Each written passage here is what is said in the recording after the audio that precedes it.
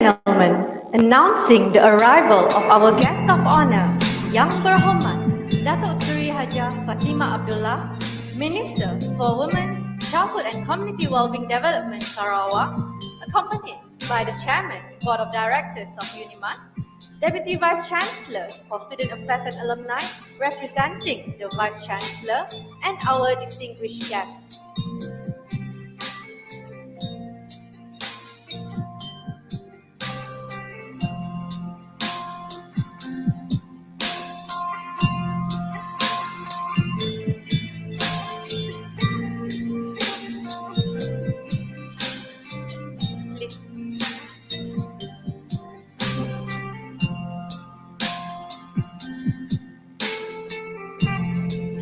Please remain standing for Negaraku and UNIMAS Gemilang.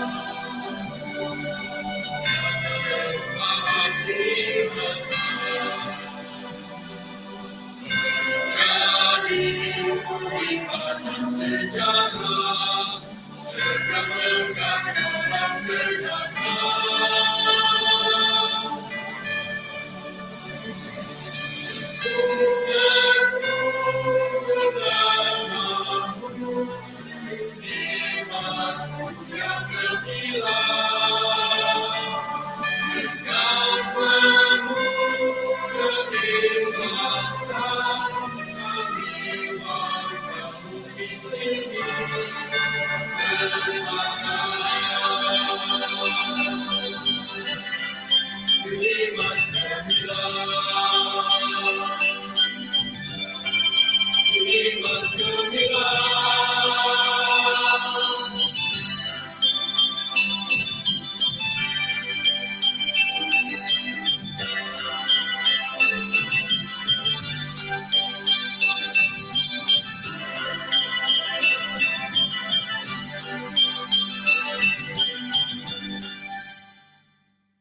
you. You may now be seated.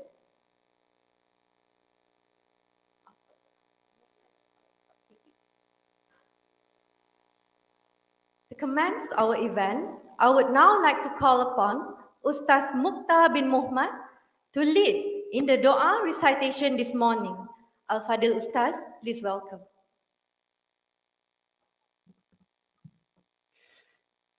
أعوذ بالله من الشيطان الرجيم بسم الله الرحمن الرحيم الحمد لله رب العالمين والصلاة والسلام على أشرف الأنبياء والمرسلين سيدنا محمد وعلى آله وصحبه أجمعين اللهم اغفر لنا ذنوبنا ولإخواننا الذين سبقونا بالإيمان ولا تجعل في قلوبنا غلا للذين آمنوا ربنا إنك رؤوف رحيم Allahumma ya Allah ya Rahman ya Rahim.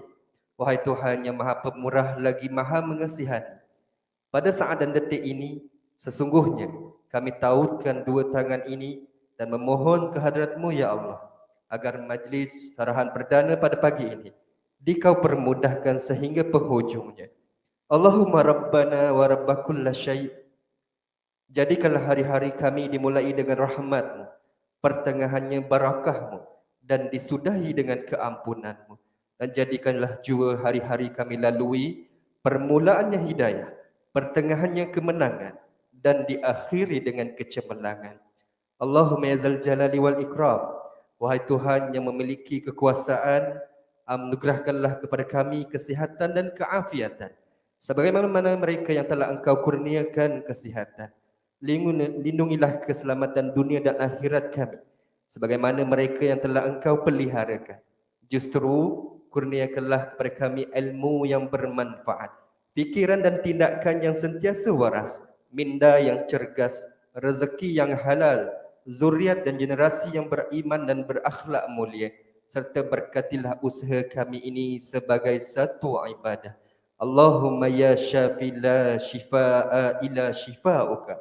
Wahai Tuhan, anugerahkanlah taufik-Mu dan hidayah-Mu, kesihatan dan kesejahteraan yang berpanjangan kepada kami. Kukuhkanlah tali persaudaraan dan perpaduan di antara kami. Kekalkanlah sifat kerjasama dan bantu-membantu di dalam pekerjaan kami agar Sarawak amnya dan Yurimas khususnya mendapat kemajuan dan kejayaan seiring dengan peredaran masa. Allahumma ja'alna jam'ana hazan jam'an marhuma wa tafarruqna min ba'dihi tafarruqan ma'suma wa la taj'alillahumma fina wa la ma'ana wa la mayyatba'una saqiyya wa la matruda wa la mahruma. Rabbana atina fid dunya hasanah wa fil akhirati hasanah wa qina azaban nar. Wa sallallahu ala sayyidina Muhammad wa ala alihi wa sahbihi wa sallam. Walhamdulillahi Rabbil Alamin. Amin ya Rabbal Alamin. Thank you Al-Fadil Ustaz for the doa recitation. Assalamualaikum warahmatullahi wabarakatuh and salam Unimasku sayang. Yang berhormat Datuk Seri Hajah Fatimah Abdullah, Minister for Women, Childhood and Community Wellbeing Development Sarawak. Yang berbahagia Tan Sri Datuk Seri Panglima Sulong bin Majrai, Chairman of the Board of Directors Unimas. Yang berbahagia Profesor Insignio Technologist Dr. Al-Khalid bin Haji Othman, Deputy Vice Chancellor for Student Affairs and Alumni, representing the Vice Chancellor. Yang berbahagia Profesor Dr. Ahmad Hatta bin Rashid, Deputy Vice Chancellor for Academic and International.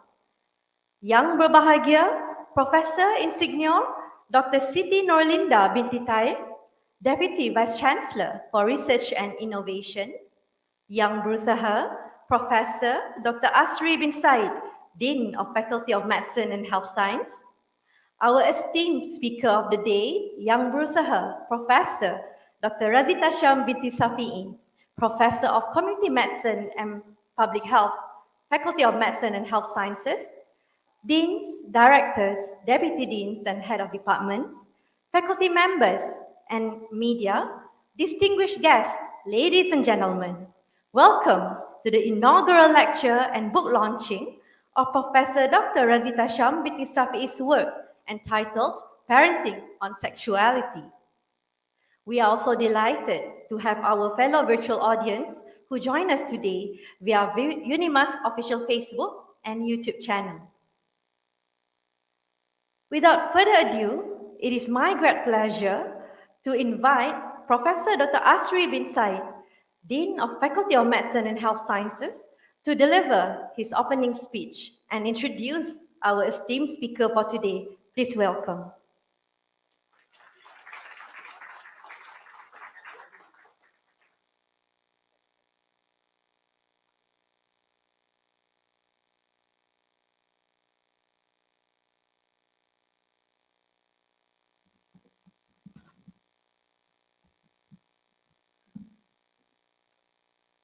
Bismillahirrahmanirrahim.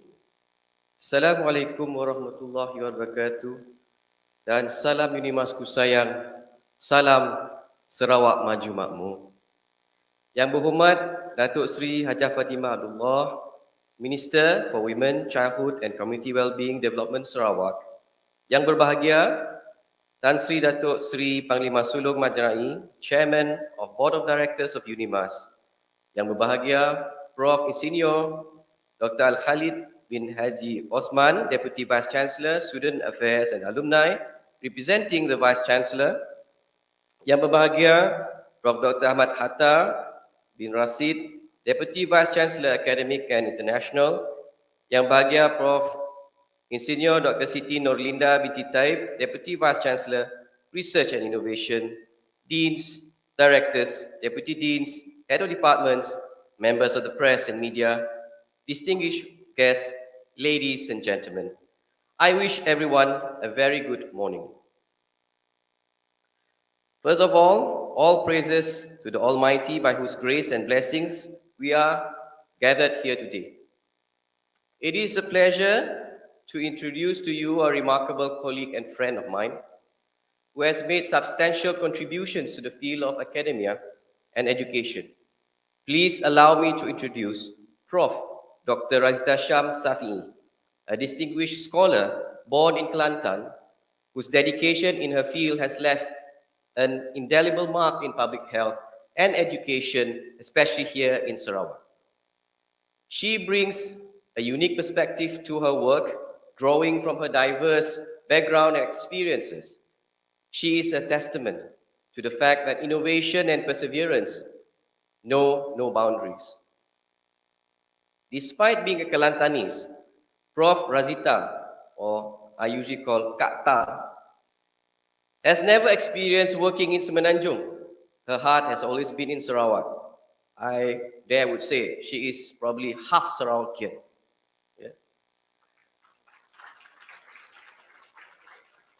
Prof. Razita is married to Dr. Abdul Taib Sulaiman, a private practitioner hailing from Sarawak. Together, they have been blessed with the joy of raising 4 beautiful daughters. And I believe her influence has led to at least one of them to take up medicine and academia in the field of psychiatry and is a lecturer here in UNIMAS. Yeah. At the I shouldn't say the lecturer's age, but she wrote it here. At the young age of 59, Prof. Razita stands as a seasoned academic, having dedicated 2 decades to the pursuit of knowledge and teaching.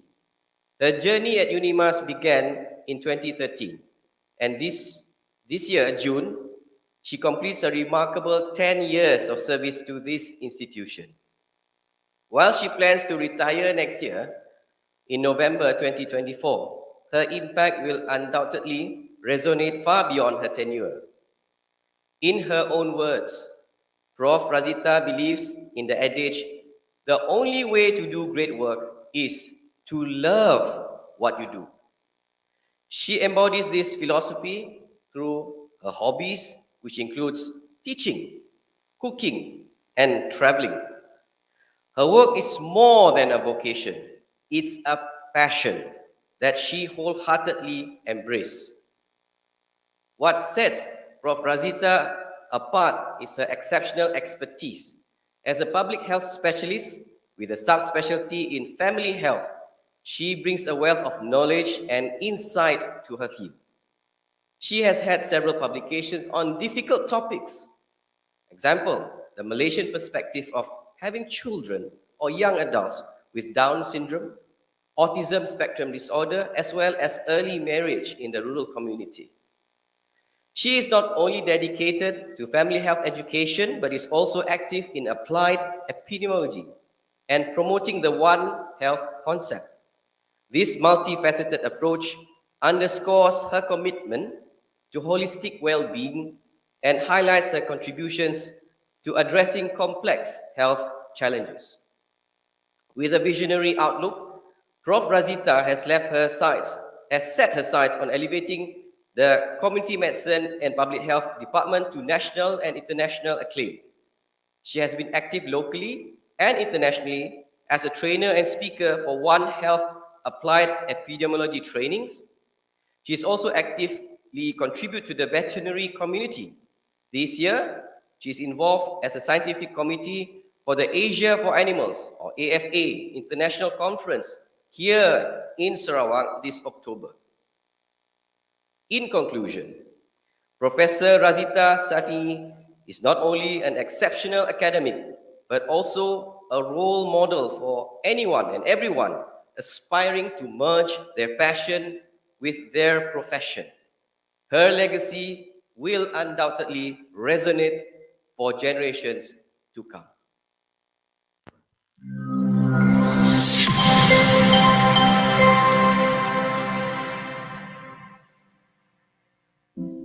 Our person of the hour, Prof. RAZITASHAM, born in Pasir Mas, Kelantan. Her primary and secondary schooling were in Kelantan, in particularly Sekolah Menengah Pangkalan Cepa, Kelantan. A cozy picture of her at home with Dr. Abdul Taib Sulaiman, a wonderful husband, together with her 4 wonderful angels. In 1991, Prof. Razita graduated with MBBS from University Malaya. She completed her housemanship in Sarawak General Hospital. As a medical officer, she was posted to Muka District Hospital, Maternal and Child Health Clinic Jawa, and Sarawak Mental Hospital in Batu Tujuh, Kuching. In 2022, she pursued a master's in community health, family health at Universiti Kebangsaan Malaysia. Then she continued her career working at Sarawak Health Department from 2003 till 2013 as Senior Principal Assistant Director of Family Health Unit and CDC Unit. Throughout her career, Prof. Razita has contributed various portfolios as an academic and a practicing public health specialist. From 2013 to 2023, she has supervised 7 DRPH candidates, 8 MPH candidates, and 2 PhD candidates to completion. She actively does consultation with Malaysian One Health University Network, Thailand One Health University Network, and Healthy City Project at Sarawak State Planning Unit. She has been appointed as an external examiner at Universiti Putra Malaysia, Universiti Malaysia Sabah, and Universiti Sains Malaysia. Prof. Razita has been a reviewer for Malaysian Journal of Public Health, African Journal of Reproductive Health, and Borneo Epidemiology Journal. She was appointed as the committee member for subspecialty training for family health and epidemic intelligence program. Prof. Razita is a member of Board of Studies for Internal Medicine UNIMAS,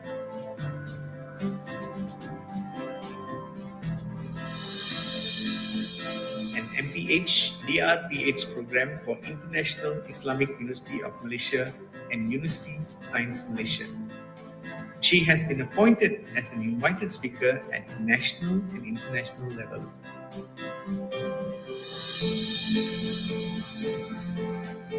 Prof. Razita is a member of Malaysian Society for Environmental Epidemiology,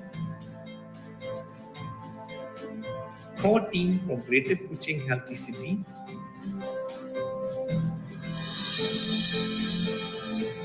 Subspecialty Education Subcommittee for Family Health, Medical Education Committee, Majlis Perubatan Malaysia, Malaysian Association of Epidemiology, and College of Public Health Medicine, Academy of Medicine, Malaysia.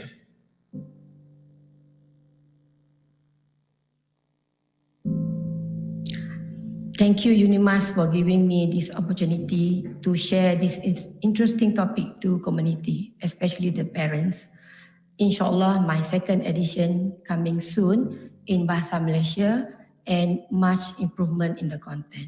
Thank you.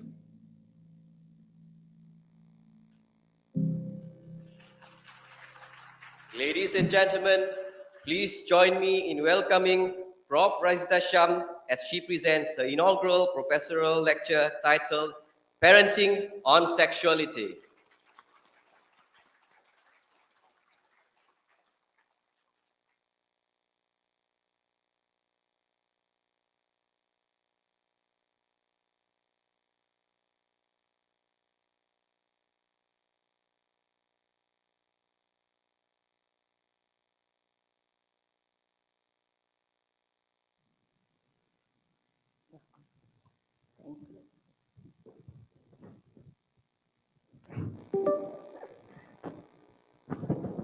Hello. Thank you, Dean Prof. Asri. Rasa macam nak nangis dengan summary dia. And actually, I give him only less than 10 points for him to summarize. So I told him, don't make it so lengthy. But I was surprised by the summary dan yang Prof. Asri. I mean, for cardiology, you can write such a beautiful and terharu lah. Thank you. And specifically mention my name. Memang letak. I did mention my name, 59 years old. So that it gives inspiration for all the young lecturers here. That it's never too late to write books. I am planning to write a few books before my retirement next year, inshallah.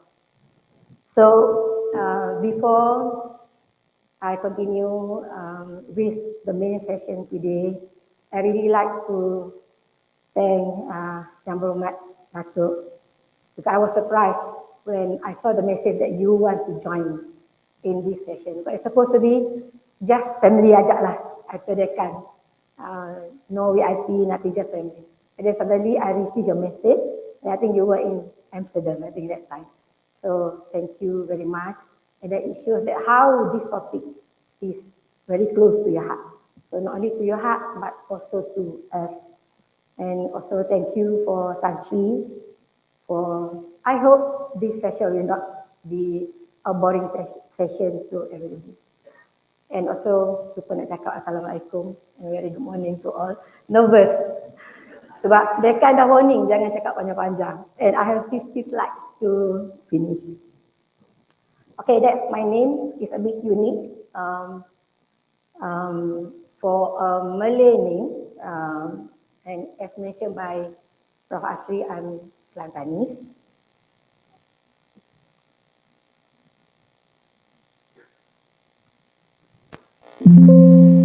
Okay, before I start with the actual topic of parenting, I think most of you will ask, who is this public health medicine specialist? So some people confuse with family medicine specialist. So for public health medicine specialist, we are medical doctor with 4 years subspecialty training. In Malaysia, you must have that 4 years subspecialty specialty training for you to be called a pakar perubatan kesihatan awam. and different from our family medicine specialists.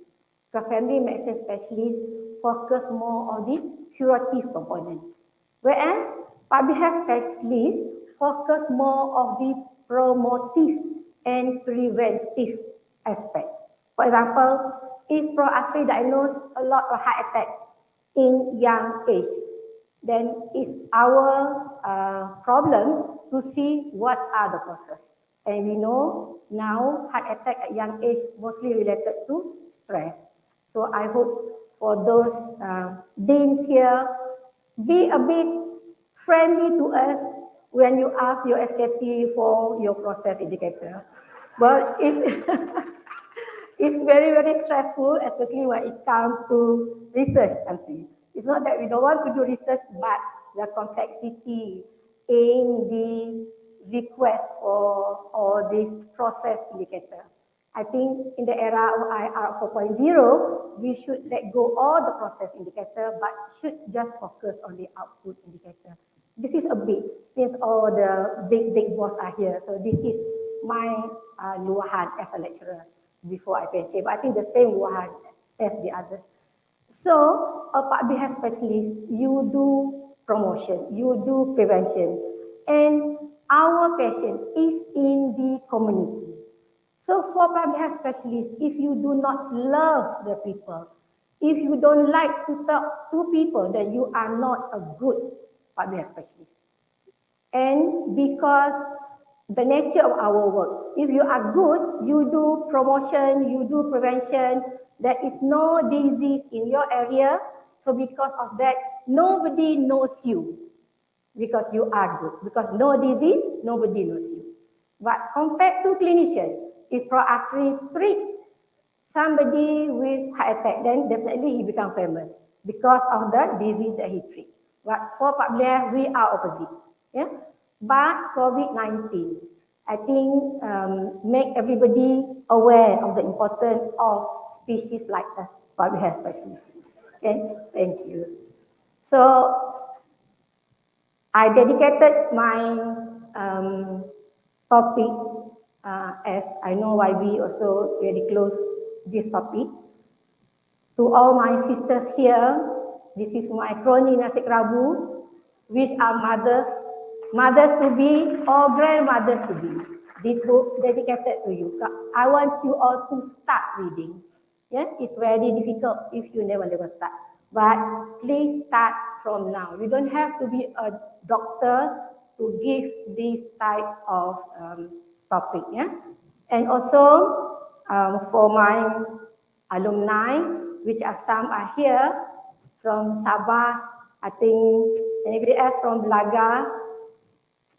And okay, so for my alumni, this book is also for you because I want you to pay attention to this sexual and reproductive health whenever you are, wherever you are. Especially if you are in the state or district with high teenage pregnancy. Because that is the indicator of status of our sexual and reproductive health. So remember, teenage pregnancy is the indicator of our status as such. And we know that both states, Sarawak and Kelantan, when it comes to teenage pregnancy, we are champion. Sarawak boleh, Kelantan pun boleh when it comes to this. Okay, and not to forget my current student, with you I learn, not only that I teach you, but also I learn. But I hope all of you to have passion in this topic because definitely nobody else will teach you this topic and you can go to any university. I can say that nobody is interested, even among the doctors. Yeah?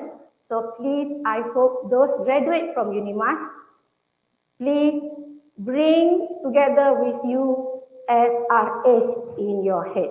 Okay? And also a few lecturers in UNIMAS that I like to dedicate this lecture also to those in my advocacy group. They are among us who are interested to do this topic but don't know how to do or who to approach. So now in UNIMAS, we start to have networking. So wherever you do, networking is very, very important. We cannot work in silo.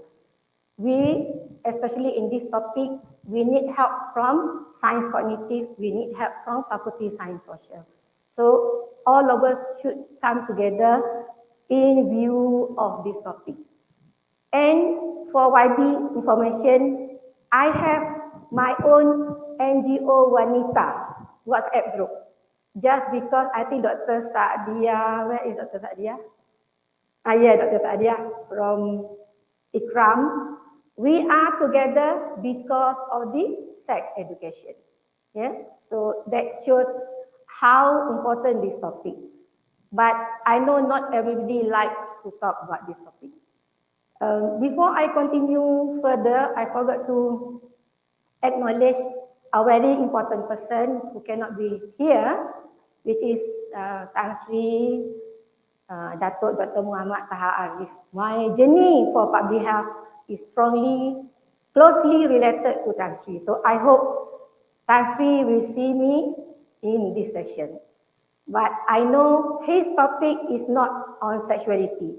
He was hoping my talk on One Health. But I said no, this is the priority because this is very old topic which never gets solved.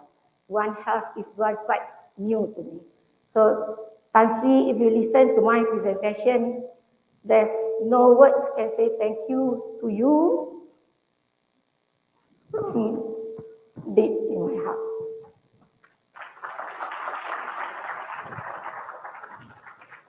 Okay, parenting is something that you need to learn, all of us. Even though you are from the good parents, and I have a very good parents, very wonderful parents. But I myself, I know that I'm not a good mother because I miss the opportunity nurturing my own children because you are so busy working. Especially now, ladies, for the young ones, jangan gila kerja sangat. Yeah? By the time you realize, you miss the period of to see the growing up of your children because you suck on your parenting skill to your baby and to me it's to my late mother-in-law. So my kids grow up with nenek and also with baby. One day I was surprised when one of them menyanyi lagu Saya Anak Indonesia. Yeah? So that is something that you need to learn. But I'm not here to teach you how to be a good parent. But what I'm here is to share with you something on sexuality. So what is sexuality? Because I think not only in public, even in medical circle, we are a bit sensitive when we talk about sexuality. People always say, oh, you teach sexuality because you want to teach our children how to do sex. So they thought it's only sex, the sexual intercourse. But actually, sexuality goes beyond that. Yeah? And why do we need this topic? And what are the content? What issues or what information that we should give to our children? And who to give, when to give, and how to give. Okay, so what is sexuality? Is sexuality equal to sex? The answer is no. So for those who come to this lecture today, please remember sexuality is not equal to sex or the sexual intercourse. Sexuality is actually a total concept of how we want our children to be. It's who you are. In terms of if you are born as a boy, that means your genital is boy, then you should behave as a boy. And we as parents should nurture them as a boy. Yeah? So that is sexuality. At the end, it's actually who you are. So in terms of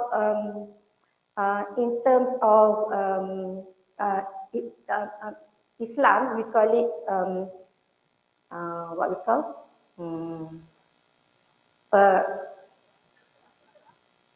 not fitrah. Is we need to shape the person first before you give the education. Yeah. So actually, it goes beyond the sex definition. Yeah. Okay. So if you are a boy, your anatomy and sex organ is a male reproductive organ. And because of our sexual reproductive organ, we have different type of hormone, especially the sex hormone. We cannot run from the sex hormone when we talk about sexuality. And this sex hormone gives different actions, which I will discuss later. And the very important is religion and moral. When I first start to give the topic to students, I don't have much preference. The one that I use is reproductive health or adolescent module from Family Planning Association, which is orang putih punya guideline. So in some content, it's not religiously and morally accepted to us, yeah. Okay, so understanding sexuality also includes the feeling, the perception, how you should behave in terms of relationship, identity, personality, responsibility of maleness and femaleness. For example, like we expect girls to know cooking, but that is culturally accepted. Can the boy also learn cooking? Can, but if he's a chef, he must be a macho chef, not chef yang lembut. Yeah, so that's how we should shape our children. Yeah, okay, so a lot more. So basically, sexuality is who you are, and you must know what is your role based on gender. Okay, so definitely sexuality is influenced by our inherited makeup, the genetic, yeah, our chromosome. Either you a boy, XY, or you a girl, XX, is depend on your chromosome, your genetic makeup. And for those men today, don't blame your wife if you did not get the anak that you wish, the jantina. For example, you wish for a boy tapi keluar perempuan lagi. So, jangan marah bini. Because the one who responsible for the jantina is you. Yeah? You are the one who carry the XY. So if you give the X to your wife, you will get a girl. But if you give the Y to your wife, you will get a boy. So don't blame and give reason for you to find another rumah. Okay. Okay, I skip this one. I know it's a bit difficult, but this is for information, your information, yeah. And this is also a good to tell your anak kalau tanya kenapa dia lelaki, kenapa kakak dia perempuan. So this is something that you need to explain, but not in detail for the genetic for semua telah, yeah. But these are, I give you the information, but you need to olah back and plan how to give to educate your children. Okay, and the next one important definitely sex, yeah, sexual intercourse. I know all of us are adults, yeah. Don't be shy about this topic because now if we adults shy, our anak actually they don't shy, yeah. The one that you say very sensitive here, for them, believe me, they know everything more than you, yeah. So now that's why kita parents we need to know all this topic. You need to be at par, your knowledge to be at par with your children.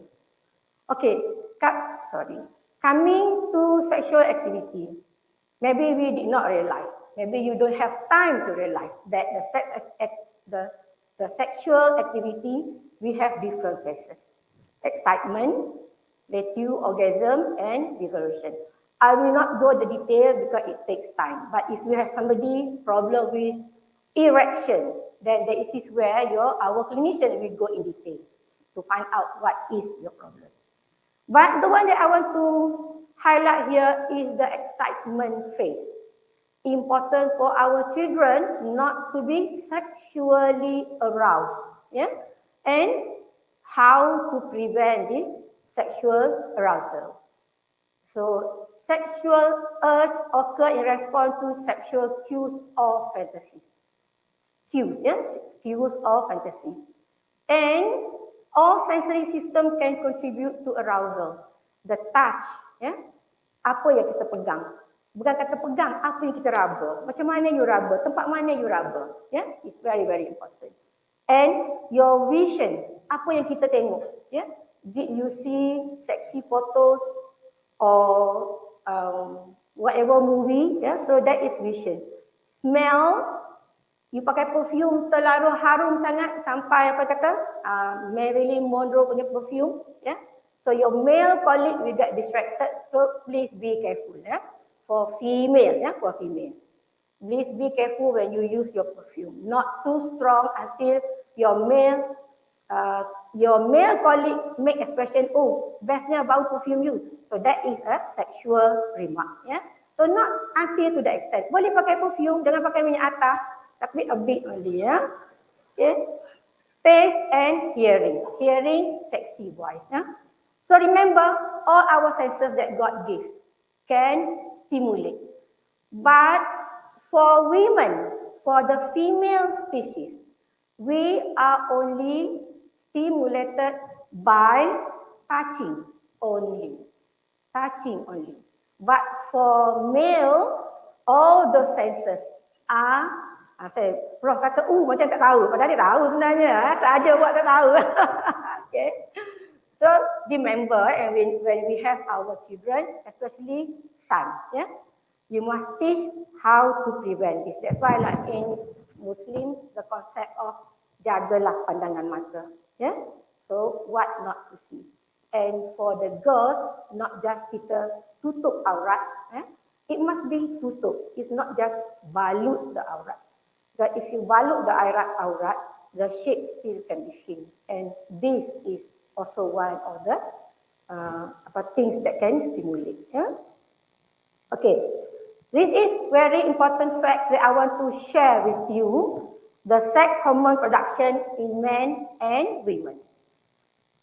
Sex hormone known as estrogen and testosterone. All of us have this sex hormone. But the difference is in terms of concentration, in terms of the volume. Testosterone are more higher in male compared to female. And what is the role of this testosterone? It's not just for them to shape the masculinity in men, but it's also involved in the sexual drive or sexual feeling. And it's also the same hormone which stimulate the sexual drive in female species, yeah, the testosterone. So if you look at the hormone production, I tanda kat sini is the age of around 10 years because this is the age of balik, puberty, yeah. If you look at the surge of hormone in male at 10 years old, the surge is very, very high. And they are peak at the age around before 20 years old. That means these are our school children, the upper secondary school boys. Yeah? Imagine masa ni the male hormone is at peak. We always think that the hormone peak at the 40. That's what you think. Yeah? But the male hormone is actually, so kalau kita ada anak lelaki, be careful. Yeah? They have this sexual arousal much easier, much faster than the papa yang at the age of 40 years old. Yeah? So remember this. Yeah? So don't treat your 11-year-old son asexual. Yeah? Because at that time, the testosterone hormone dah tinggi. Yeah? Okay. So, I skip this one because they can say don't talk too much. Okay. So why do we need this topic? Why do we need this topic? I've been teaching this for the past 20 years. Yeah? And you can see the pattern of question. Kalau dulu, the girls, form 1, form 3, we ask how to do, what to do when you have menstrual period. Yeah? So they are concerned more of menses. But now, the same group, they will ask you, can you get pregnant when you have only one sexual intercourse? And this coming from the anak-anak kita yang umur form 1 to form 3. And when I had my session with Papa Lily with Puan Su, one of the girls asked, I know using sexy dress is not good. Haram dia tahu, even can cause male arousal. She knows. But she asked, how to stop because she enjoy doing it. So those are the things that kita pun tak tahu nak jawab. Penganga kita macam mana nak jawab. Yeah? That's why when we talk about this issue, it must be multi-pronged, multi-agencies. Yeah? So this is where when we do activity, not just on sex education, at the same time you kena develop the religious perspective, the value perspective. Yeah. So I know it's a very, very difficult topic. Yeah. Okay. So why do we need this topic? First is sexual promiscuity among teenagers. Yeah. This one we have our local data. Yeah. Our local data on sexual promiscuity, and we know that the effect of this will be teenage pregnancy, sexual violence, and sexual violence in the old days we always focus on girls, yeah. But now it's increasing trend among the boys, especially boarding schools. Do you know that you cannot sleep together even though you are boys, anak lelaki, tak boleh tidur dalam satu selimut yang sama. Do we know that? No, we don't know. Yeah? And do we ask our children, our anak, to knock our bedroom?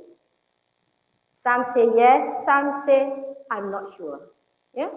So those are the things that when you know about sexuality, these are the things that you will practice. What are the things at home which can make your anak sexually aroused? Yeah? Mak jangan selalu berkemban. Tahu berkemban? Pakai kain ajak, berkemban. Because 2 years old mungkin tak ada rasa apa-apa. But the 11 and 12 years old tengok mak dia, half naked mak dia. So they may have that feeling. Yeah? So this is sexual promiscuity, and we know that the effect of all this teenage pregnancy or the reason of this, one of the reason adalah lack of poor parental supervision. So it comes back to us. Yeah, that's why we don't blame the children, but blame us as a parent because we are not that good in this topic. And these are the topics that we always avoid. Yeah, kalau zaman dulu, I remember I did ask my mak, arwah mak, yeah, macam mana baby keluar? But baby itu besar, and then mak perut kan kecil je. So my mom said, oh keluar daripada pusat. Okay, then percaya. But if you tell that to children nowadays, dia kata, ayo something wrong with my mother. Kan? Then they will turn to the peers. And they will turn to their peers. And definitely peers will tell them all sorts of stories. Yeah? Okay, so teenage pregnancies. Ini, I know YB face all over the newspaper because of our remaja hamil. Yeah? And study has shown how to prevent remaja hamil is to educate our girls. If you are able to reach them, make sure they reach the education level up to Form 5. You will be able to reduce teenage pregnancy. So teenage pregnancy is not the fault of medical, what we call, paternity. Yeah? It is the fault of the social environment. Yeah? And kita dekat kesihatan ni, that is the outcome that we receive. Okay? So, education. That's why I'm happy I have some friends here from education. So, important wherever you are, make sure that our girls get them educated at least up to Form 5 level.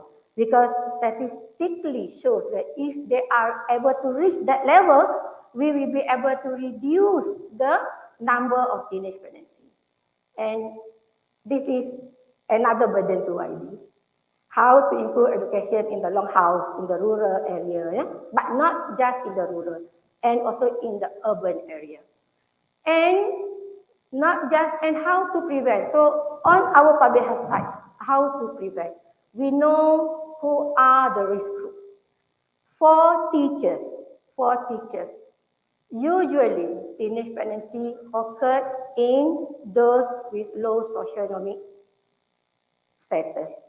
So being poor, born in a family with poor family, is a risk to get a social problem, not just teenage pregnancy.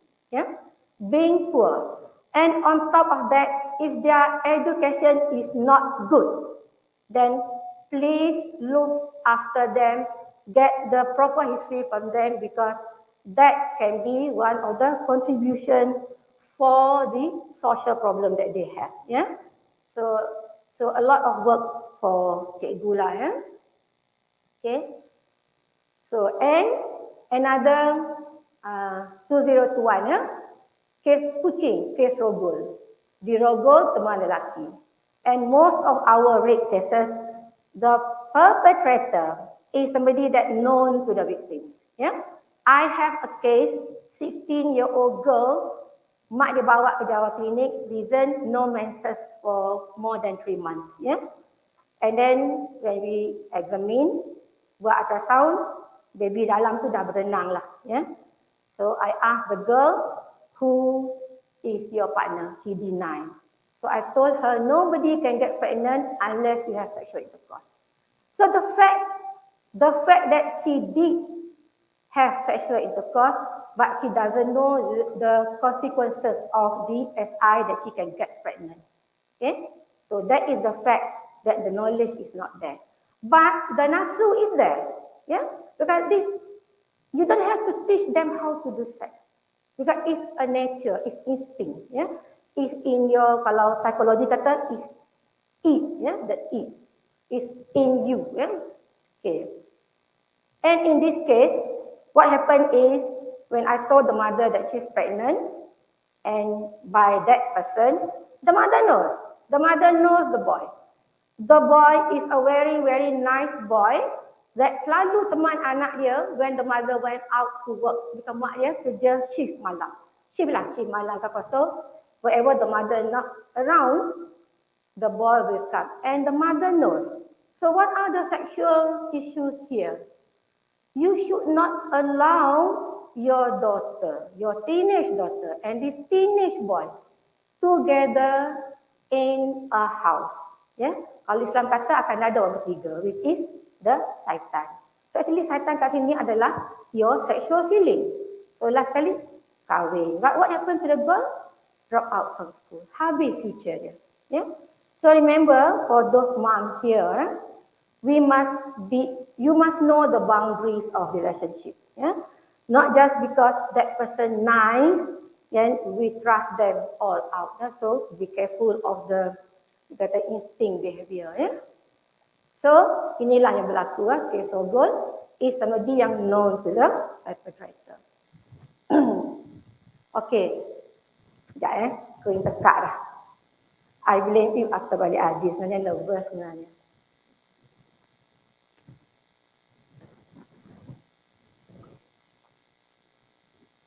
Okay. The other example is, now we got a lot of stories about bapak makan anak. Ya? Kalau dulu kita kata even, I don't know whether, did you see this in animal species? That the father rape their own anak, ada kan? Animal species. Oh, kita tak ada vet kat sini ya, because this is not one health ya. But, anybody knows, is there any animals yang rape anak dia sendiri? We don't know but ada. But human is the animal yang ada akal, but rape is their own daughter. Man allegedly rape daughter 3 times a day for 2 years. Putrajaya, 3 times a day. Bangun breakfast, rape anak dia. Balik tengah hari sekali. After that malam sekali. 3 hari for 2 years. So in court they can produce 3 hari times 2 years. 2 years berapa hari? 300 plus 700 now. So the court can count how many times he raped his daughters. And for Muslim, it also happened when they went for Umrah. You imagine how, tak tahulah macam mana syaitan bapak ni kan. Okay, so ini is another, okay, and this one, 2 biological daughters. Pun sama yang ini pun another father in Johor biological daughter, 8 children. Now what we should ask in these cases, why the girl's quiet? For example, the one yang ni for 2 years. Why she did not come forward to get help? She can always tell the teachers. She can always tell somebody in the family that she trusts. So this is the sexuality issue. Because the girl don't know where to go, don't know where to get help. Yeah? And so being a father is safe kalau tak ada orang report. This case keluar because another daughter was the family wants to put another daughter untuk bapak dia jaga. It's only then this daughter report the case. So you imagine there is tak tahu kita cakap apa ya. Did you all see this news? You know? Okay, at least you read newspaper. At least you baca dalam formal TV. But definitely you see this in your Facebook apa semua kan? Okay. So this is father.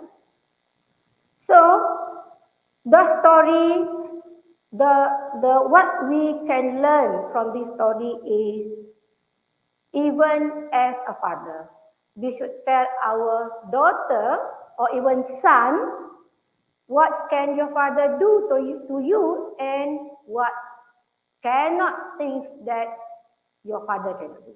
There are certain parts in your body that your father cannot touch.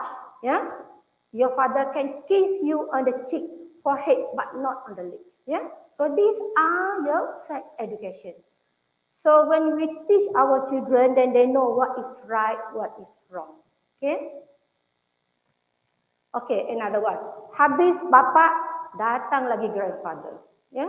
How old is grandfather here? Ini Limbang, ya. 72-year-old. Ini kat Batu. Very fragile old man, 70 plus. We think that when we look at this fragile man, we think that everything fragile. Yeah. But the fact that it's not, yeah, it's not. So, ada orang Tan Sri setuju tak Tan Sri? Setuju kan?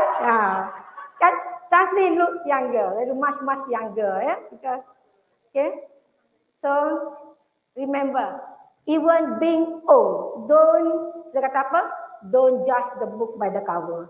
Even a fragile old man can be hurt somewhere in his body. Yeah? So this is what happened. Yeah? So imagine how old is this girl?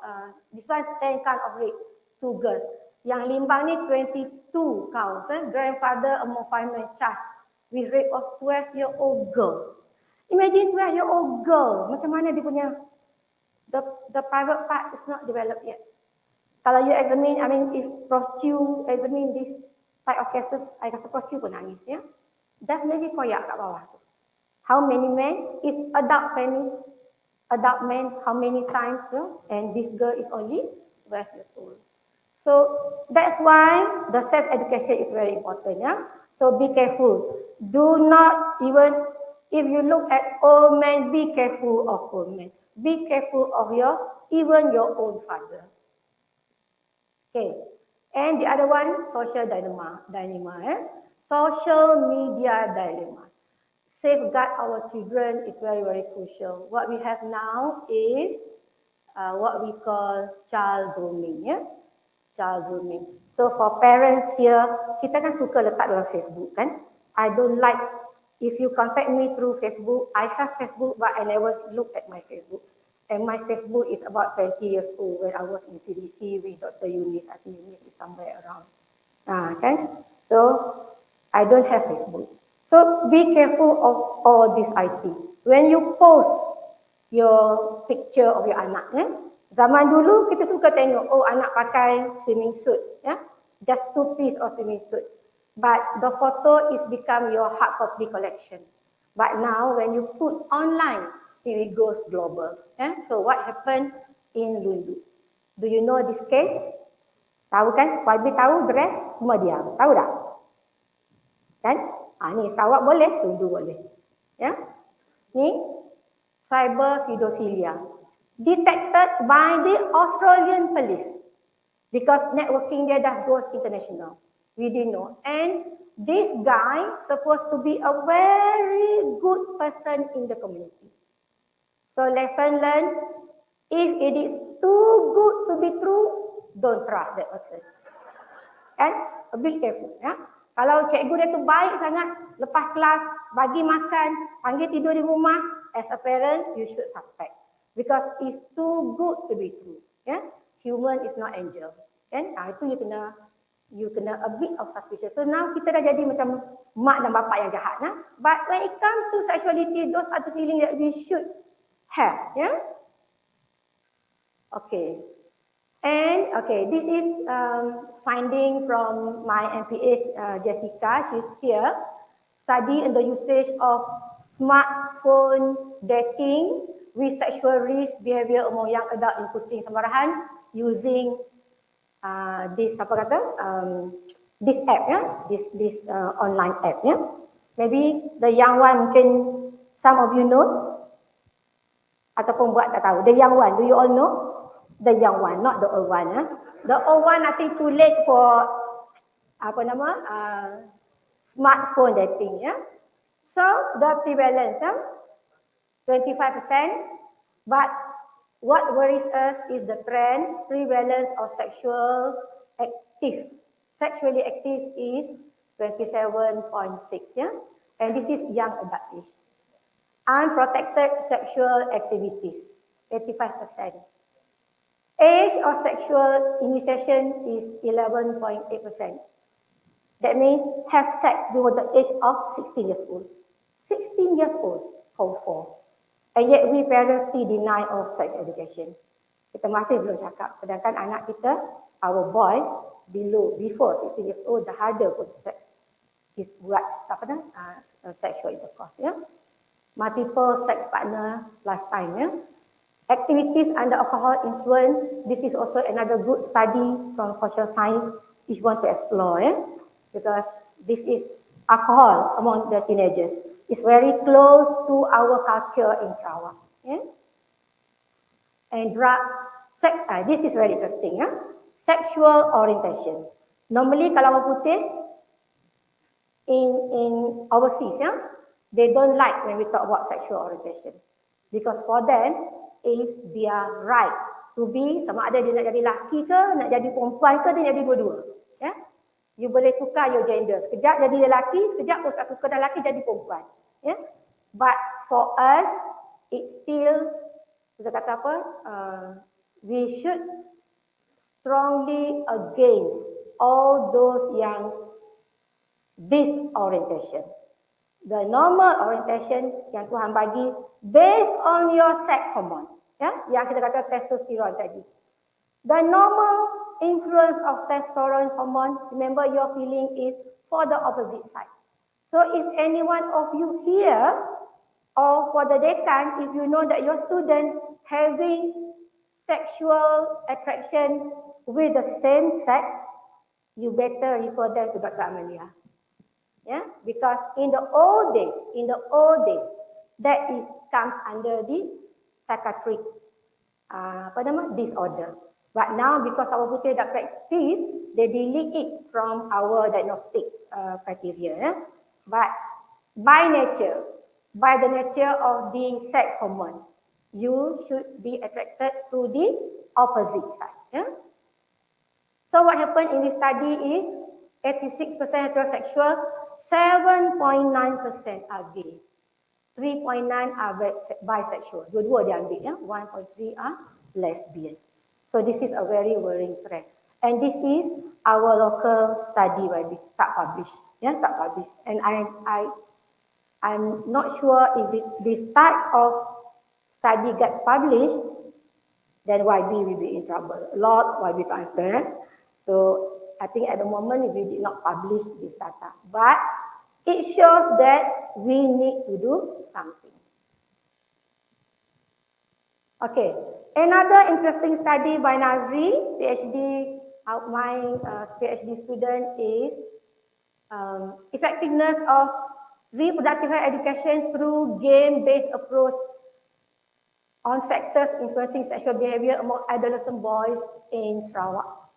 This is very brand new study. The student is still somewhere here. Where are you? Ada.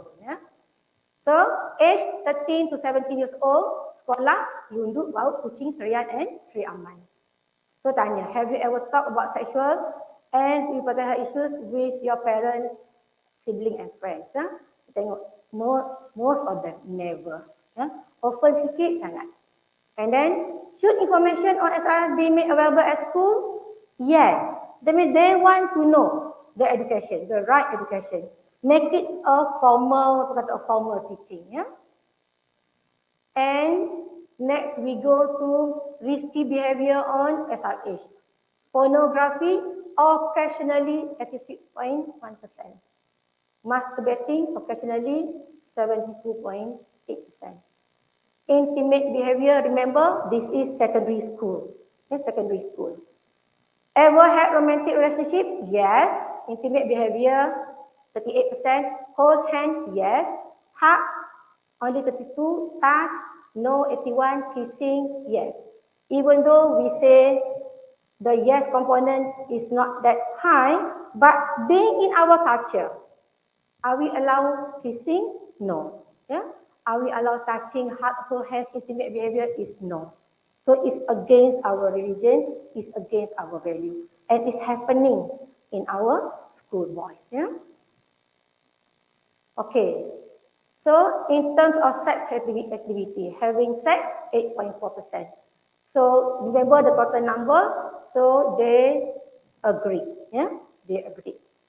Budak-budak ni dia cuma tak beritahu dengan parents saja. But if you ask them, some of them tak malu. Dulu mungkin malu, sekarang they feel proud. Dia dah tidur dengan si A, lepas tu si A tu dia pass dengan si B, lepas tu dia menang main apa kan dia pass balik. Ya? Itu. Until they, secondary school, bila dia ada all this mak rempit apa semua tu, sometimes, I know in Kelantan, the girl behind, that is the gold medal. Who won this race, you can get this girl. And this girl dulu belongs to him. So main passing saja. So that is what happening in our culture now.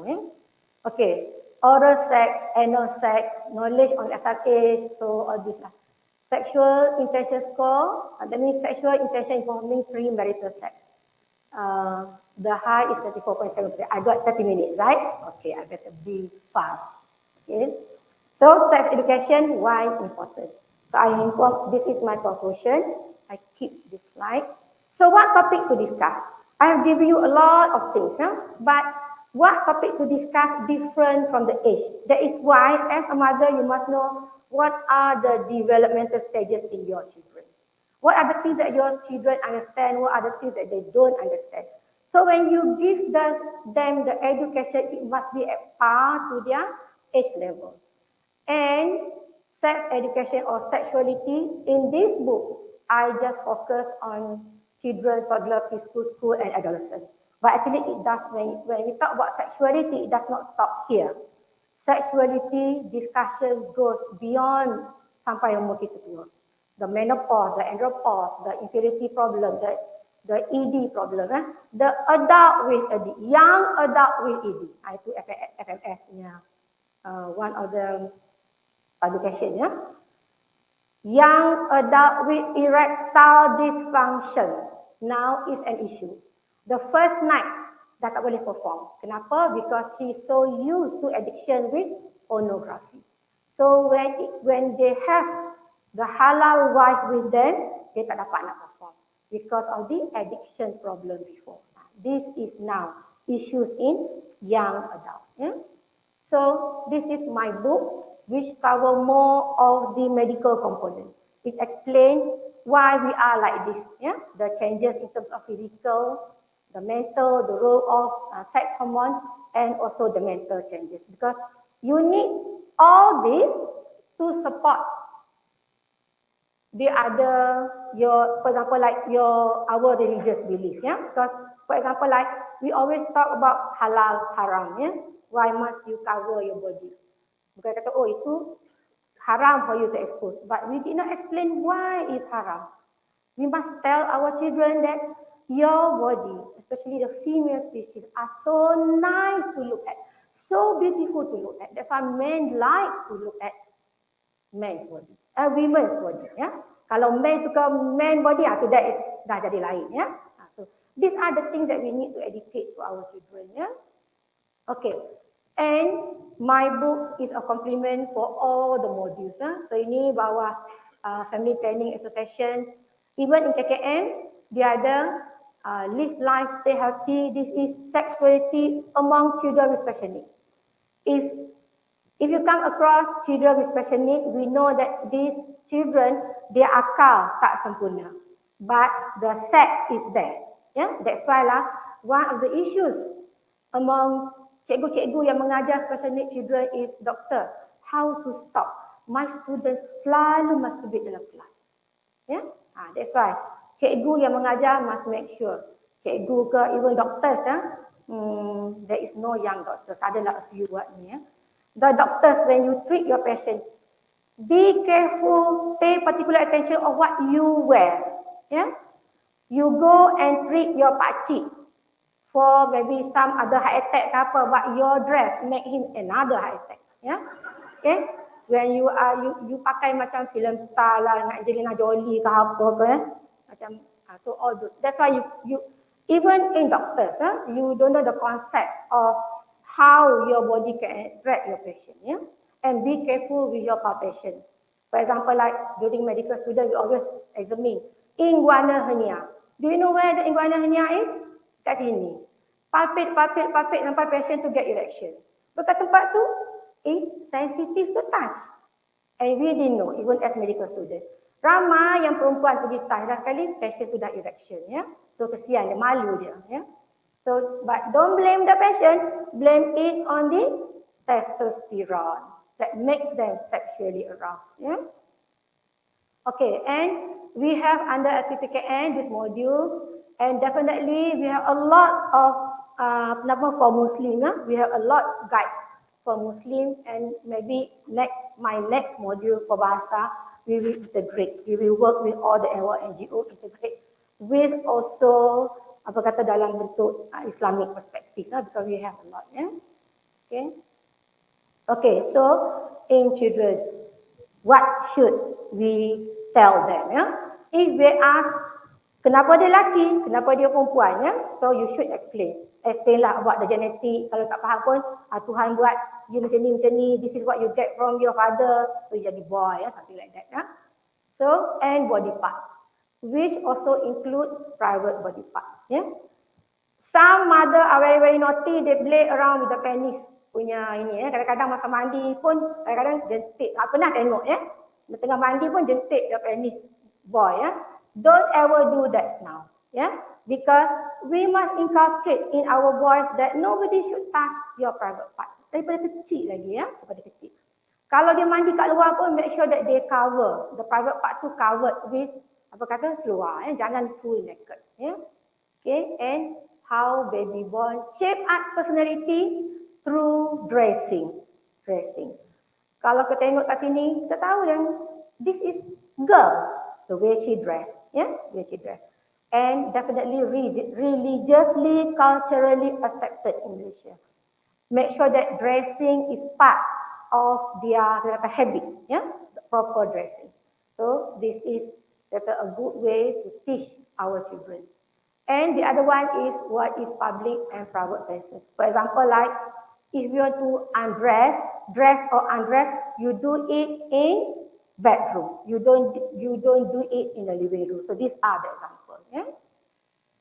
Okay, so I skip this one because I did mention, and my time pun dah nak habis. Okay, the other one that I want to also is an issue adalah gender development. Yeah.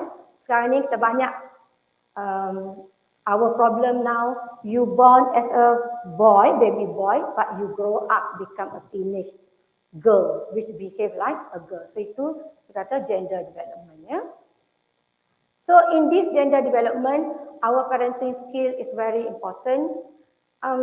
I put up this photo. This is female, tapi main rugby. Sama juga macam kita. Now Malaysia, I'm not to say that I'm go against a big gender issues, but personally, some games to me are not suitable for female players. For example, rugby mungkin belum ada di Malaysia. Tapi apa yang kita ada? Football. Are you like to see female football player? Yes, because not just the ball yang rolling, The others also shake, yeah, run with them, yeah. So to me personally, that is not suitable. In our culture, it's not acceptable, yeah. So this is part of sexuality. That's why sexuality ni is also depend on your culture and your moral value, yeah. So kalau kita bagi game, make sure lah game tu sesuai dengan dia punya gender. Okey, ini pun sama, confused, ya. Tengok, sorry. Tengok dalam cermin, rasa diri dia macam perempuan, ya. So, this problem of gender identity, for biological factors, the role of biological factors is very, very minimal. But the one that really influence adalah the psychological factors, the environment that makes them behave. That's why lah, parenting from beginning is very, very important. We are the one yang responsible to shape our anak, whether they are jadi boy ataupun jadi girl. Okay? And then important, which part yang tak boleh pegang. For example, like punggung. Sekarang ni untuk mak-mak muda sekarang ni yang ada kat sini, jangan biasa cubit punggung anak. So you must make sure that the punggung, the head tu is a private part that nobody should touch. Sama juga dia punya private part, ya. And this is the one that we should teach them from beginning. Even dia macam 2 tahun, 3 tahun, ya, we dah bagi tahu dia. So that when somebody do something, she knows what to report, ya, or who to report. Ini pun sama. Okay, coming to puberty, ya. Puberty, alam remaja. This is where I think headache for every parent, ya. Because when it comes to puberty, you remember the hormone ni akan surge, ya, surge hormone, ya, the sex hormone research, and definitely you akan ada a lot of question that you wish, oh, how I wish my anak tak grow up jadi kanak-kanak saja, ya, because this is where our parenting will be challenged by this adolescent group, ya. Okay, what I want to summarize is, during the adolescent age of 10 to 19 years old, we divided into early, middle, and late adolescent. Early ni kata the primary school, middle is the lower secondary, and late is the upper secondary. Yeah? In the early, the social changes, they start to increase interest in opposite sex.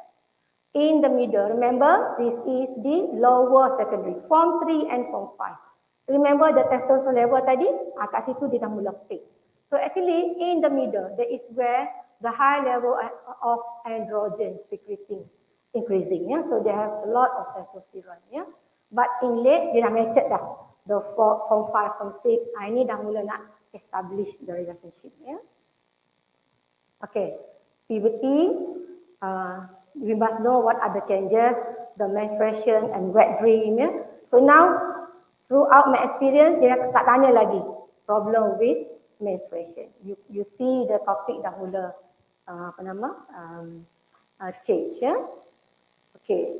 And what happened in puberty is not just they physically increase. If you look at our anak, once they reach puberty age, bila dah ada menses, they become taller, sometimes taller than your parents. Tapi dia nampak besar, size of adult, tapi dari segi mental belum matured. Because our brain, development of our brain maturity only occur at the age of 20 years old. Yeah? So if your anak, your size nangis, apa, let them cry because mental dia masih children. Yeah? That's why make them confused. Because dia dah besar, dia dah tinggi macam bapak dia. But why are something that dia cannot allow to do? Yeah? So for the children, it's also a very confused stage. Yeah? Okay, menstrual cycle, I think I don't have time to go in detail. But for menstrual cycle, ibu-ibu kat sini, teach your anak to tanda the menses.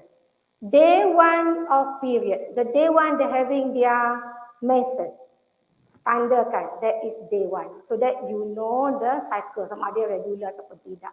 And it's easy for you to regulate. And as a mother, you must know about their menstrual cycle. Yeah. Okay. I will show this video on pregnancy. Okay, maybe I skip lah. Sorry lah. I skip this one. So this is middle adolescent. Okay, for middle adolescent, 13 to 15 years old, we must tell them how relationship and sexual feeling develop. Remember, this is the peak sexual hormone. So the feeling sudah ada. And what are the problems associated with early sexual activity and what happens with teenage pregnancy and definitely HIV and AIDS. Yeah. Okay, and we must tell our children the perception, relationship perception different among boys and girls. Girls ni suka dibelai, suka dibelai. Love is for love. Whereas for boys, they are different. They may like you because of your beauty.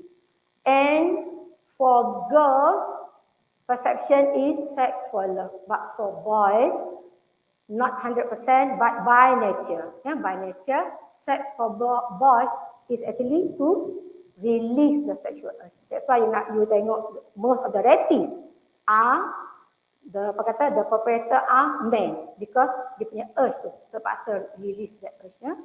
Ini kucing long time ago bercium belakang tong sampah. So kalau kita normal, we don't, tong sampah bau kan. But for them, because of high sexual hormone, they don't smell that one. Okay, cinta monyet do occur, but important for parents to tell them the boundaries. Pegang boleh ke tidak, kalau you duduk dekat berapa dekat, you cannot be too close. Contohnya, even not only to children, among adult at work. If your colleague, your male colleague come very, very close to you, distance yourself. Make yourself comfortable. Because we have our, safe distance. Which make us feel, comfortable. Okay, senses I dah mention, there are all these erotic zones. Gambar tak clear. Especially dekat yang private part, dekat neck. But basically, we should inform them that no raba-raba. Nobody should raba your badan. Pakcik ke, bapak ke, nenek ke, nobody should raba.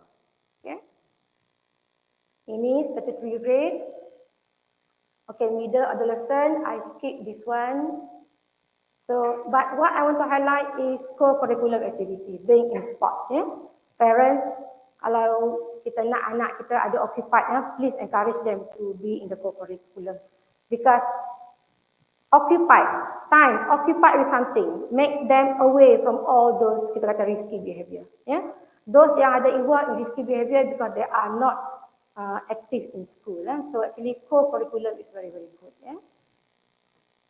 Okay, I will share, even though all of you are medical, but some are not, video on delivery. One is normal, we have 3 types of delivery. Normal delivery, cesarean section, and also vacuum, yang usually kita buat lah. So this is normal delivery. And you can... Proses kelahiran bayi adalah satu keajaiban teristimewa dalam kehidupan manusia.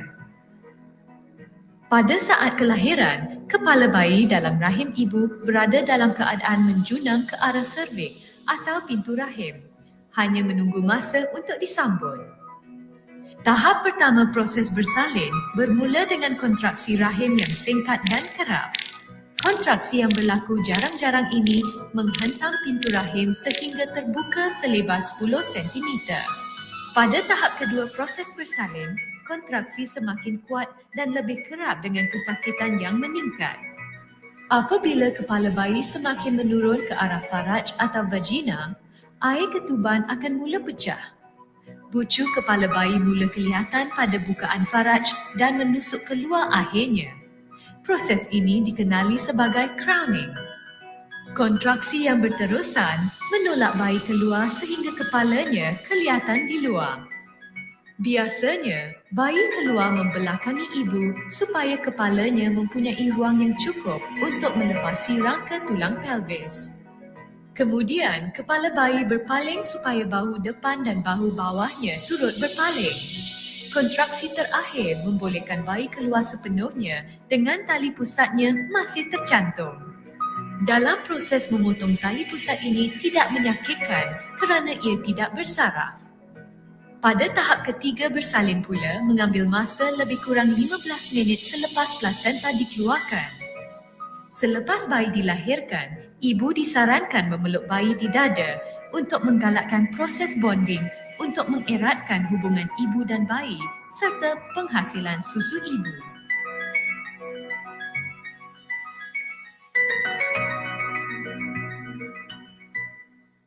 So actually this video from KKM website, you can use really this video to teach your anak. The next one that I want to show is LSAS. Normally when we show this to our school children, everybody get excited. You boleh dengar lah dia screaming dengan ada yang nangis. Ada student nangis, cikgu pun ada nangis, ya. But I hope ada yang nangis. Ibu mi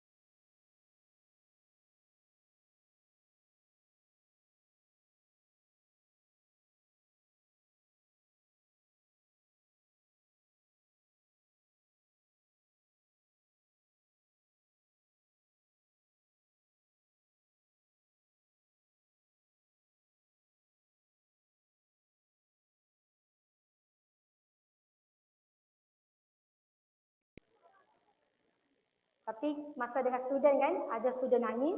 I remember masa kat Sentresa dulu, her friends bawa dia jumpa I. Dia kata, doktor, dia ni delivered by LSAS. Dia born by LSAS. Bukan dia born by LSAS. So I tanya dia, have you ever kissed your mother's hand? Dia kata, tak pernah. Balik cium tangan mak. And then in the other session, cikgu yang nangis. Kenapa cikgu nangis? Cikgu deliver by LSAS. Ni tengok video apa orang kata jahit hati dengan diri sendiri wah. Dibelah, dikoyak apa semua kan. So she cried. So delivery is not easy for husband here. Jangan request anak-anak ajak. So kena tahu it's not easy. Okay. So these are the content on late adolescent. I will not get in detail regarding this. We talk about unsafe sex, the use of condom. But actually the one that we should promote adalah abstinence. I think in any religion, premarital sex is I think haram in all religions. So those are the things that we should promote. But definitely at this age also we cannot, kita kata, while we are promoting abstinence, we also should teach them the unsafe sex. Because of this STD HIV, I think I want to share a very interesting slide. This one is slide from our pejabat kesihatan Semarahan. Thank you very much for sharing their statistic with us. But case HIV/AIDS tahun 2020 to 2022 look at the homosexual orientation. So these are real happening. And then dengan case HIV/AIDS di kalangan pelajar IPT. Remember, this is Semarahan data. How many IPT we have? Only 2. 3. Is it? Unimas, ITM dengan IPG. Tapi Unimas champion. Okay? Sebab biru adalah Unimas. Ini 2019. We are the champion. Drop 2020 mungkin because of COVID. After COVID, kita champion lagi. So, for all the bosses here, we should do something for our students. These are the cream in our community. University students, and yet they don't know how to protect themselves against sexually transmitted disease. Okay, we go again to syphilis case. What is this? 21% mahasiswa. We are, sorry, is it this one or 60% mahasiswa? But mahasiswa is there. Mahasiswa is there. In syphilis case, gonococcal case, ada juga figure of, you see, mahasiswa. And for those being here, I think you know who are your students at risk. And this sex education you should promote in your faculty. Because this is a real data that we share. And imagine these are the educated, the cream of everything in the university. Okay, just a bit on gonorrhea. Normally they can present with painful micturition ataupun painful discharge. That's why we detect more of gonococcal infection. But for ladies, for female, most of them harbor the organism but with no symptoms. That's why if our student aku pukul malam, they will get this from the asymptomatic partner. So this is the lesson that we should let our students know. That you are not safe if you behave like a pukul malam. Okay, how, and I think because my time, I don't have enough time, I will skip this one. When to start, definitely start from childhood, chatting our children, toddler age, he or she imitate. So kat rumah, let us be the role model for our children. Okay, and who to give, definitely, kalau bapa, bagi untuk anak lelaki. Mak bagi untuk anak perempuan. Okay, and at home, the gender development by dressing, the behavior, the housework that we assign, then gender role, apa peranan you as sister. So sister, kakak, adik pun kakak, selalu kata take care of your adik. Abang pun macam tu, take care of your abang. But be careful even among the siblings. The boundaries, kata jangan tidur dalam satu selimut. Itu pun sama. And then never enter your sister bedroom without knocking the door first. So these are the sex education that you should do at home.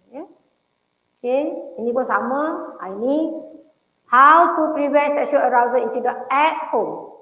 Kepada ibu-ibu kat sini yang suka tengok di Hindustan, that is not good. Because we know Hindustan dengan bajunya, dengan lenggok-lenggoknya, menarinya. So for us, you don't feel anything. Betul tak? But for our anak yang mungkin 13 years old, he feels something. Bedroom, inilah yang saya cakap tadi.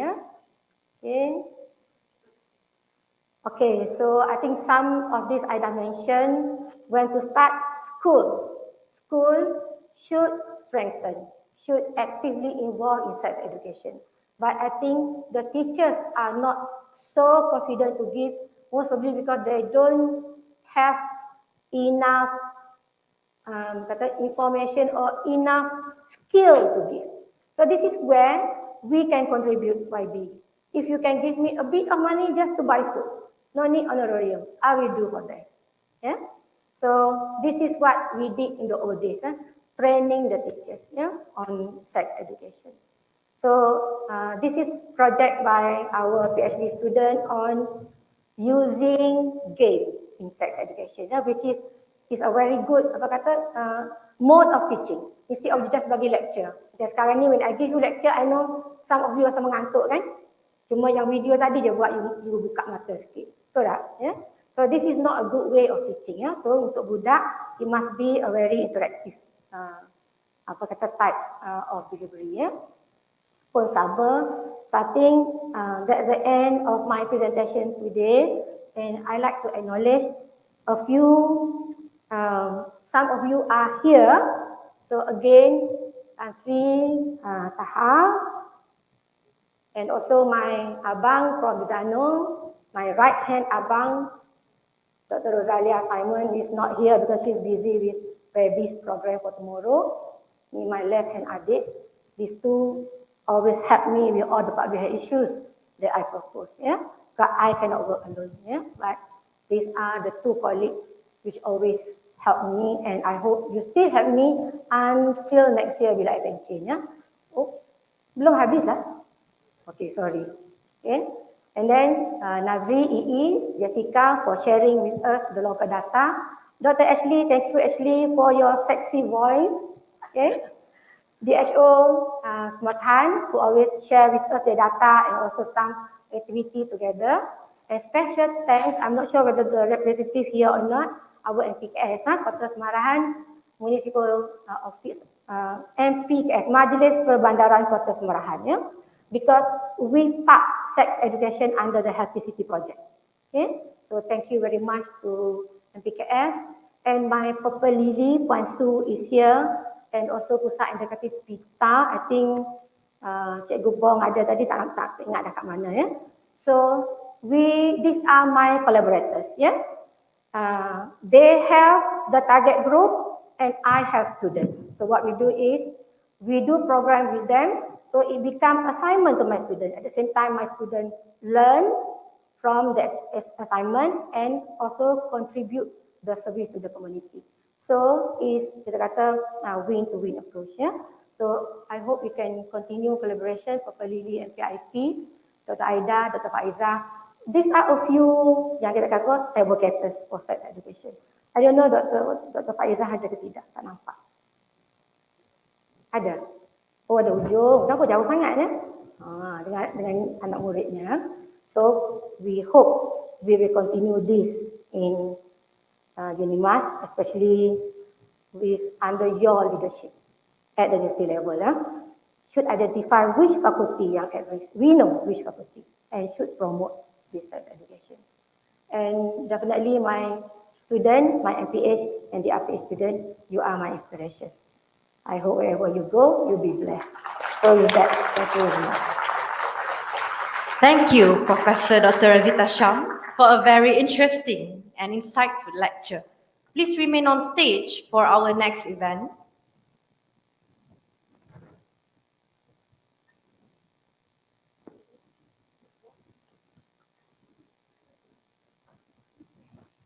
Distinguished guests, ladies and gentlemen, we would like to invite our guest of honor, Yang Berhormat, Datuk Seri Hajah Fatimah Abdullah, Minister for Women, Childhood and Community Wellbeing Development Sarawak, Yang Berbahagia Tan Sri Datuk Seri Panglima Sulong bin Manjurai, Chairman of Board of Directors UNIMAS, Yang Berbahagia Professor Insignor Technologies Dr. Al-Khalid bin Haji Othman, Deputy Vice Chancellor, representing the Vice Chancellor, Yang Berbahagia Professor Dr. Ahmad Hatta Rasid, Deputy Vice Chancellor, Academic and International, Yang Berbahagia Professor Insignor Dr. Siti Nurlinda binti Taib, Deputy Vice Chancellor for Research and Innovation, and Yang Berusaha Professor Dr. Asri bin Said, Dean of Faculty of Medicine and Health Science, to come up on the stage to witness Professor Dr.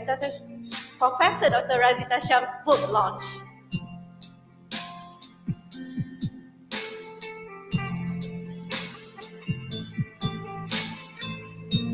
We would like to invite Yang Berhormat Datuk Seri Hajah Fatimah Abdullah and Tan Sri Datuk Seri Panglima Sulong bin Mat Jerai to add their signature to the poster symbolizing the launching of Professor Dr. Razitasham's book entitled Parenting on Sexuality.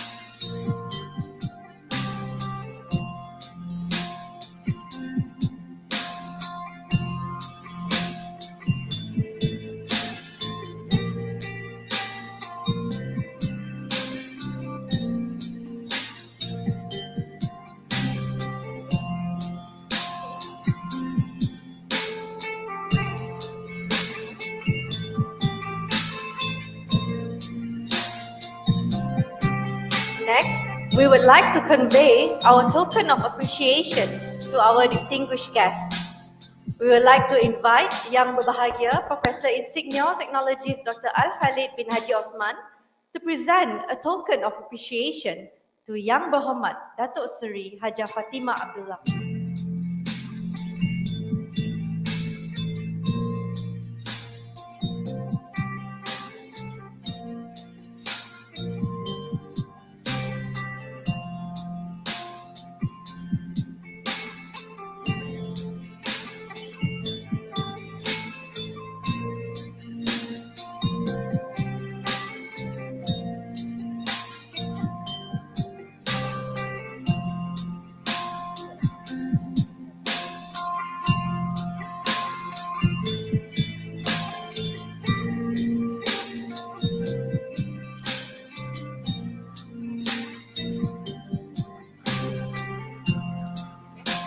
Next, we would like to invite Yang Berusaha Professor Dr. Asri bin Said, Dean of Faculty of Medicine and Health Science, to present a token of appreciation to Yang Berbahagia Tan Sri Datuk Seri Panglima Sulong bin Mat Jerai.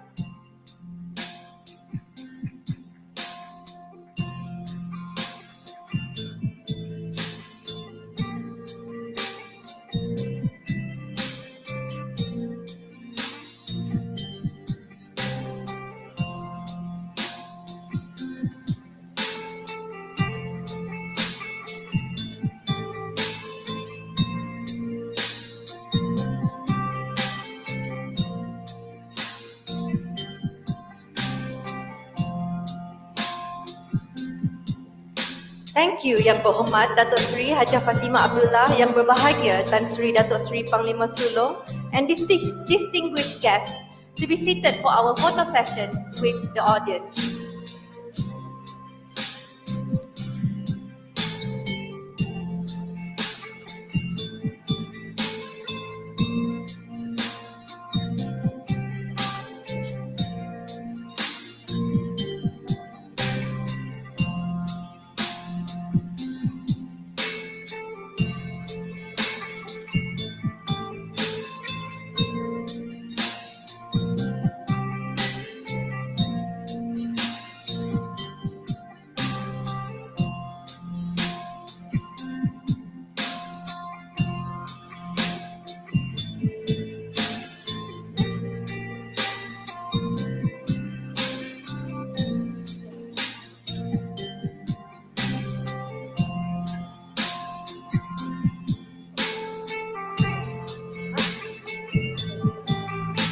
Fellow audience can move to the center part of the hall so that we can all be in the picture.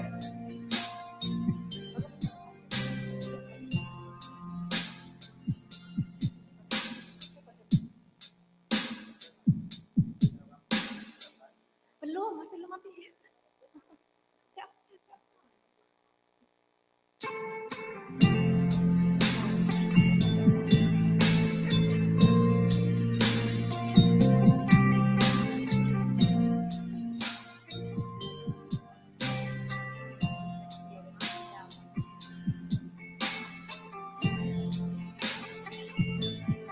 Fellow audience can stand close to each other so that the ones on the left side can go to the center. Thank you.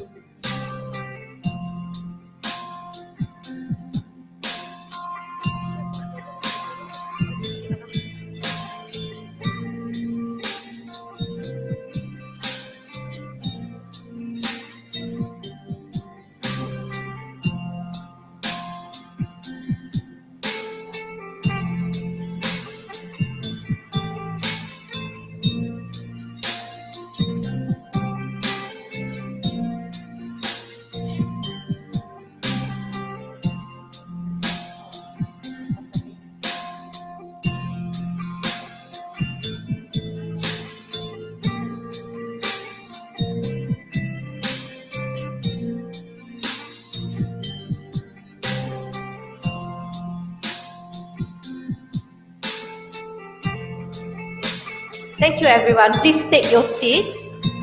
Please continue back to your seat.